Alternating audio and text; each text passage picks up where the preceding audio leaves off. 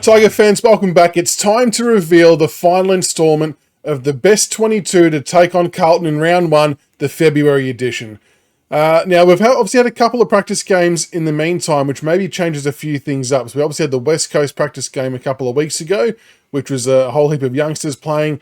And then we had the game a couple of nights ago against Collingwood, which was a more senior lineup with still quite a fair sprinkle of youth into it.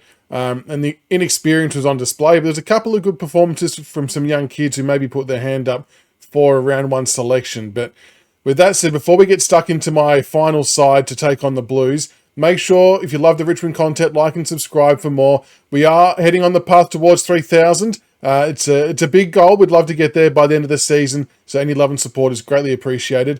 But with that said, let's get stuck into what this team looks like for February. Now, first and foremost, there is 7 changes to the side, which is staggering. A couple were forced due to injury. But when putting this together, I didn't quite expect to have that many changes. Now, I will say as well that the 7th player of those changes is actually adding in a proper sub, because on the previous format we were using, it didn't give a sub option. It was just the 4 interchange. So it's probably technically just 6 changes, and then I'm adding 1 in for the 7th spot for the sub. But still a lot of names nonetheless. But let's take a look at the ins first and foremost. So for the ins, James Trezise has earned a recall. He was actually dropped last month when I did this video, so he is back into the side. Kane McAuliffe, who was also dropped last month, is back into the side. Steely Green for his first inclusion. Jacob Kazitsky, which is maybe seems like a surprise inclusion, but I'll get to the reasons why a little bit later when we bring the team up. Morris Rioli Jr. is back in, who was he was dropped for the last video as well. Harry Armstrong is in for his first crack at it, and Luke Traynor is in for his first inclusion as well. On the outs, some names who are going out. The first 2 I'll go with are the obvious ones. Dion Prestia and Hugo Ralphsmith, obviously both with injury, are going to miss the first few weeks of the season, which isn't ideal, especially them being a bit more of the senior experienced players. And Hugo, with his run and carry as well, is obviously very, very handy. But yeah, so those 2 are going to be 1 or 2 of the outs. The other outs I've got is Ben Miller. I've got out. I'm really torn on this one because I know that defensively, last year there was a point in time where he was ranking top 5, top 10% in the AFL for halving contests. He didn't have a great back, maybe 5 or 6 games of the season. Neither did the whole club, to be honest. So I'm not pinning it on just one player, but he just hasn't gone to new heights this year. And honestly, from what I saw of Jacob Kazitsky in the backline against West Coast, I actually quite liked what I saw. From a pure defensive standpoint, he was taking some nice marks, getting some good spoils in. It just seemed like he was really zoned in and knuckled down. So I'm kind of willing to give him a go. I think he's put his best foot forward and it's worth a crack. Liam Fawcett is another out for me. Look, this third tall forward position is a really, really hard one to fill. There's a few names in contention. You've got Fawcett, you've got Armstrong, Campbell Gray's probably another one that could be in there. They're probably your main ones that are competing. See, I know some people might say Sims, but he's probably not ready just quite yet. But he's looking very good for the future, might I add. So I've got Fawcett out. Jasper Alger I've got out, which really pains me because I am a big Jasper Alger fan. I just think he's maybe tapered off ever so slightly on form in the last few weeks. But I still fully expect him to be featuring early on in the season in some way, shape or form. Josh Smiley I've got as an out as well. And this is purely because he's had no game time under his belt. So he didn't play against West Coast, didn't play against Collingwood. And I know they said he was close against Collingwood, but I would be shocked if we rolled the dice and played him round 1 without having a full game or half a game under his belt. I know he might do some match sim, but it's not really the same. So unless there's a VFL practice match in the meantime that he can play before the season proper, that's the only way I see him getting back in for round 1. Otherwise, I think it might be maybe a round 2, 3, 4 kind of debut once he gets some kilometres under the legs. So they are the ins and outs for the team. Now let's flick over to the full lineup. We'll go through the 23 because there's been a couple of positional changes as well. Some mainstays too, it must be said. But yeah, I'll jump across to that now and let's walk through it. All right, so here we go. Here is the best 22, or best 23, should I say, that I'm picking for round 1 up against Carlton, the February edition, the final edition, because before you know it, we'll have a fully fledged round one, an official round one team, and it's going to be interesting to see how close I get compared to the real life one. But starting from the back line, Nathan Broad, Nick Vlaston are two mainstays, so I think I've probably had there the whole time since about November. We just simply can't afford to not play them. They're two very experienced players, and they'll be one of the first ones picked each week, you would suspect. So yeah, they're absolute locks. And then, like I mentioned off the top, Kaczynski I've got in at full back. Now, I don't know how this is going to go with some people. I feel like it might divide people, but I suppose we're talking about either Miller or Cozzy, and I just think he's just had a couple more blips on his games in the last couple of turnouts against West Coast and Collingwood. And even though Kaczynski didn't play against Collingwood, his game against West Coast was relatively good, and he didn't really do too much wrong in the VFL game against Collingwood either. And I know it seems a bit strange because in both of those games we did concede quite heavily, but often it's not really the defender's fault as such. It's a lot to do with the pressure not being on the ball carries from the midfielders and the half forwards and the wings. So they just get a crazy amount of 450 entries with no pressure, and it just makes life very difficult for defenders. So from what I saw of Cozzy in that West Coast game in particular, I thought he did a reasonably good job with his defensive work. He's still going to be learning it, of course, so he's probably going to make a mistake here and there. But he seemed fairly sound with his decision-making, passing the ball out of defense as well, which was good. And I think it's one of those moments in time where he knows this is his only and probably last chance to make a fist of an AFL career. So you kind of get the sense he's really zoned in and really applying himself to this. And I think it's just worth seeing what can happen at AFL level. And especially because against the Blues, you got Harry Mackay. I don't know if Curno's playing. I don't think he will be. I think we've got to roll the dice with Cozzy or Miller. And I think we'll go with Cozzy. Half-back line, Tom Brown I've got back there. Jacob Blight is still there, and Jaden Short. Blight, I thought, did another really good game against Collingwood. He took quite a few nice intercept marks. I feel like he left a few on the table, though. He could have gone for maybe 3 or 4 more if he just backed himself. And that's just a confidence thing and a communication thing and an experience thing. So that's okay. That'll come. He just needs to make sure he understands to play within his limitations when it comes to distributing the ball. Just handball if you have to, Blighty. Brown off half-back. Look, he probably didn't have the best game against Collingwood, I think it's fair to say, but he's also had a fairly interrupted pre-season with a shoulder injury, doing a lot of fitness work and things like that, and I think he just needs that game-time exposure to get back into his groove. He's got enough raw talent and ability and runs on the board from last year that I think you feel comfortable enough to put him on the half-back line and let him run it from the start.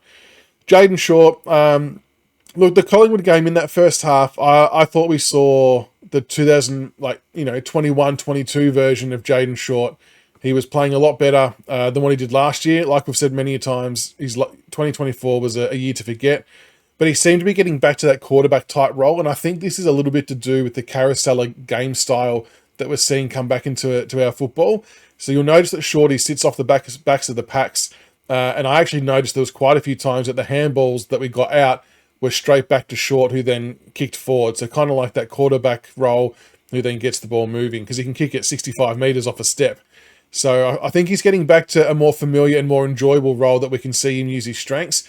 A couple of dump kicks here and there, but he was also lowering his eyes and taking off those 45-degree kicks inboard, which was really good to see, because that helps set up play down the field. So hopefully he can keep putting those kind of performances on the board for us.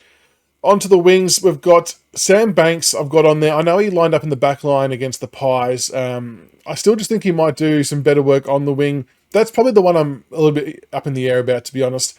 And I've got James Trezise on the other wing.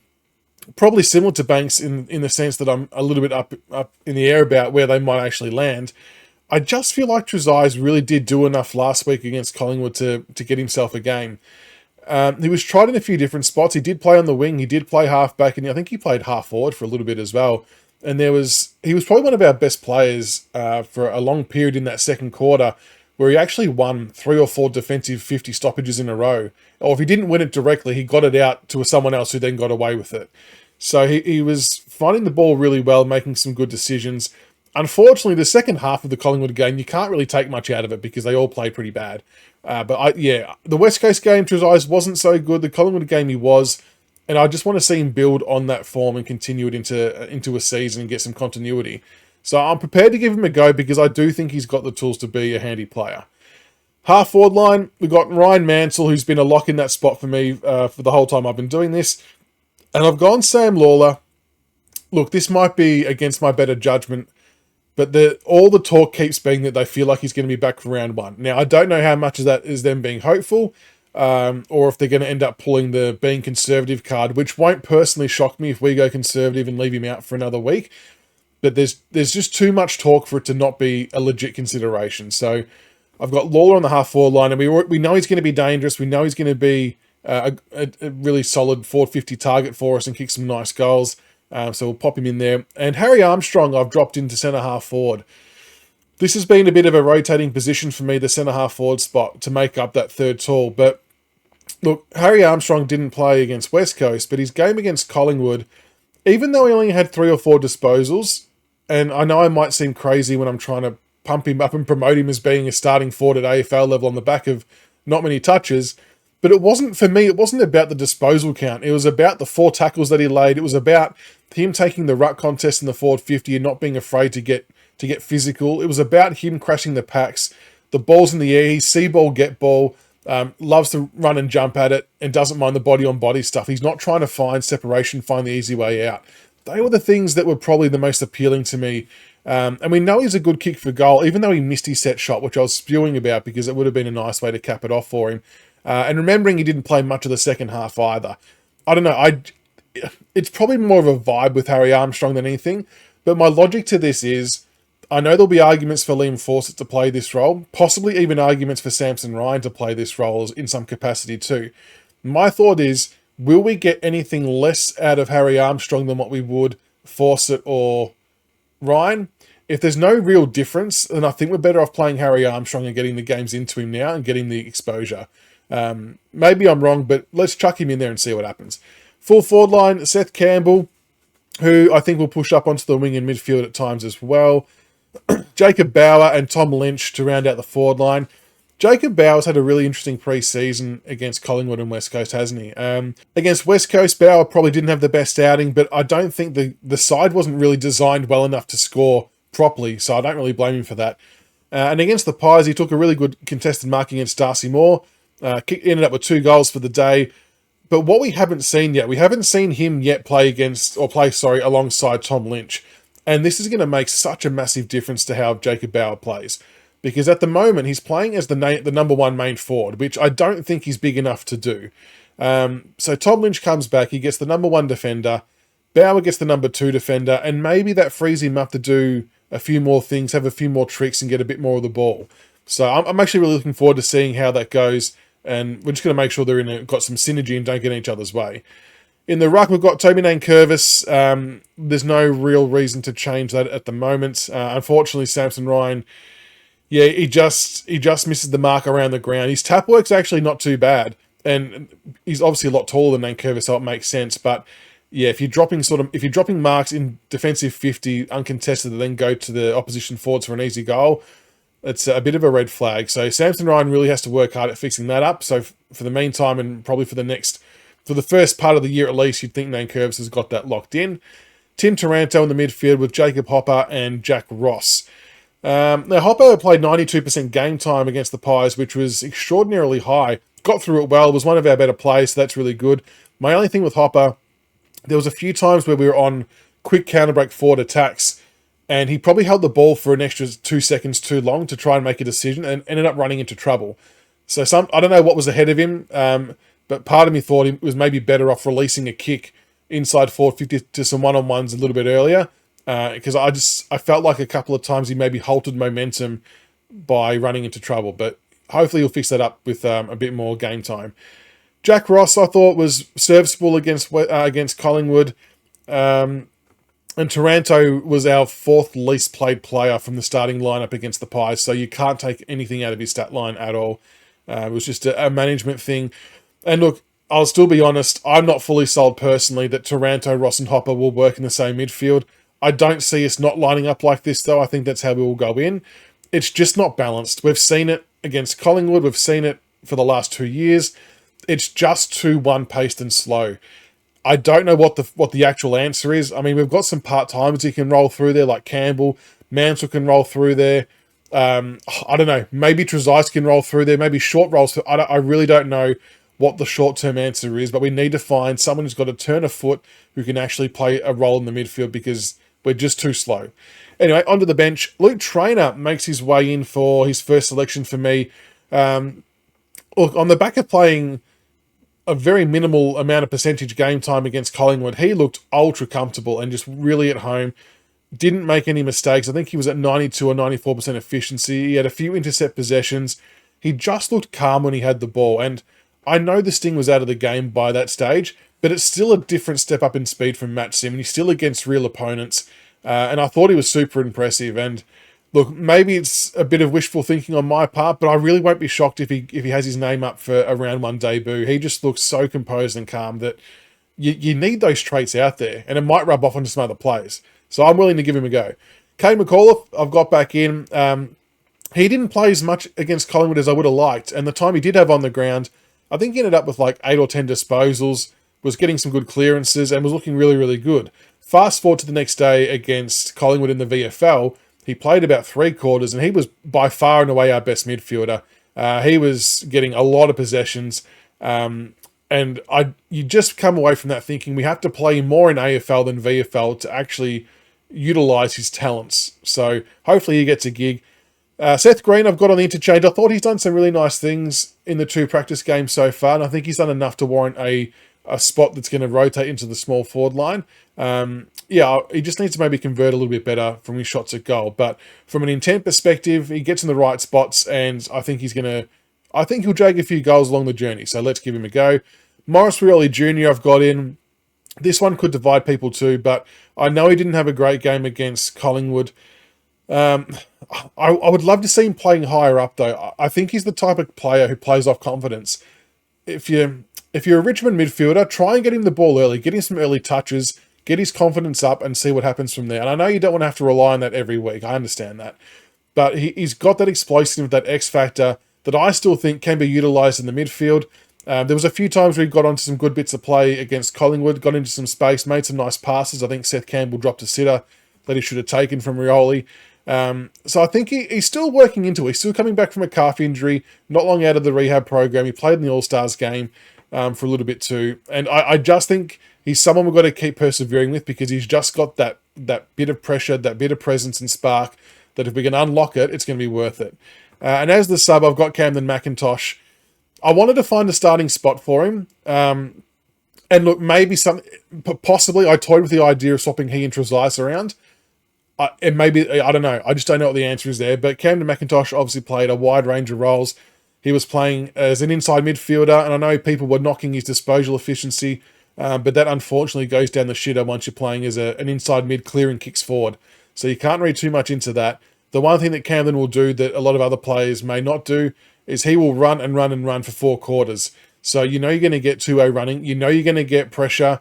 You know you're going to get possessions, and we're just going to hope he makes the most of them when he has it in hand. But I can't see him not playing round one. I just don't know if it'll be a sub or something else. So there you go. That is my best 23 to take on the Blues for round one. I'm sure there's some players that you might want in there that I don't have in there. Let me know in the comments below. Who would you put in? What did you think of the 23? And yeah, fingers crossed it's somewhat accurate when we see the real 23 in a couple of weeks' time. But again, make sure if you like the Richmond content, like and subscribe for more. We really appreciate the love and support. And I'll see you for the next video. Go Tigers!